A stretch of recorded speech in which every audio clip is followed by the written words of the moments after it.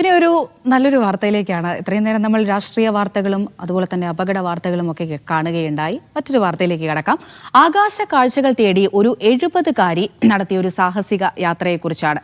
ഇടുക്കിയിലെ ഒരു കൊച്ചു ഗ്രാമമായ കൊന്നത്തടിയിൽ നിന്ന് ദുബൈയിലെത്തി സ്കൈ ഡൈവിംഗ് നടത്തിയ ആ കഥ കാണാം ഇനി. ഈ പറന്നുയരുന്നതാണ് ലീല. കൊന്നത്തടിക്കാരി ലീല ജോസ് എന്ന 70കാരി.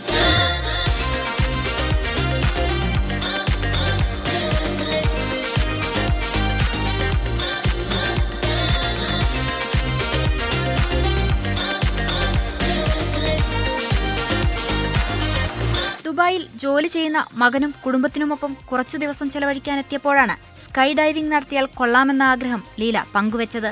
അമ്മയുടെ ആഗ്രഹം സാധിച്ചു നൽകാൻ മകൻ ഒപ്പം നിന്നു.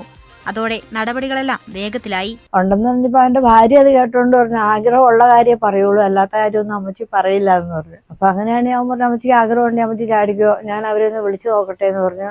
അവരൊരു 3 മണിക്കൂർ കഴിഞ്ഞപ്പോ അവർ റിപ്ലൈ തന്നു, നാളെ 10 മണിക്ക് ചെല്ലാൻ പറഞ്ഞു. ചെറുവിമാനത്തിൽ കയറി ചെറുപ്പക്കാരായ മറ്റ് യാത്രികർക്കൊപ്പം 70കാരിയും ആകാശത്തു നിന്നും താഴേക്ക് ചാടി.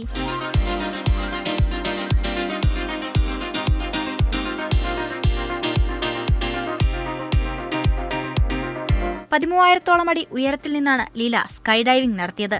ഒപ്പമുണ്ടായിരുന്നവർക്കും ഗൈഡിനും ടീമിനുമെല്ലാം ലീലയുടെ ധൈര്യത്തിനു മുന്നിൽ ആശ്ചര്യം.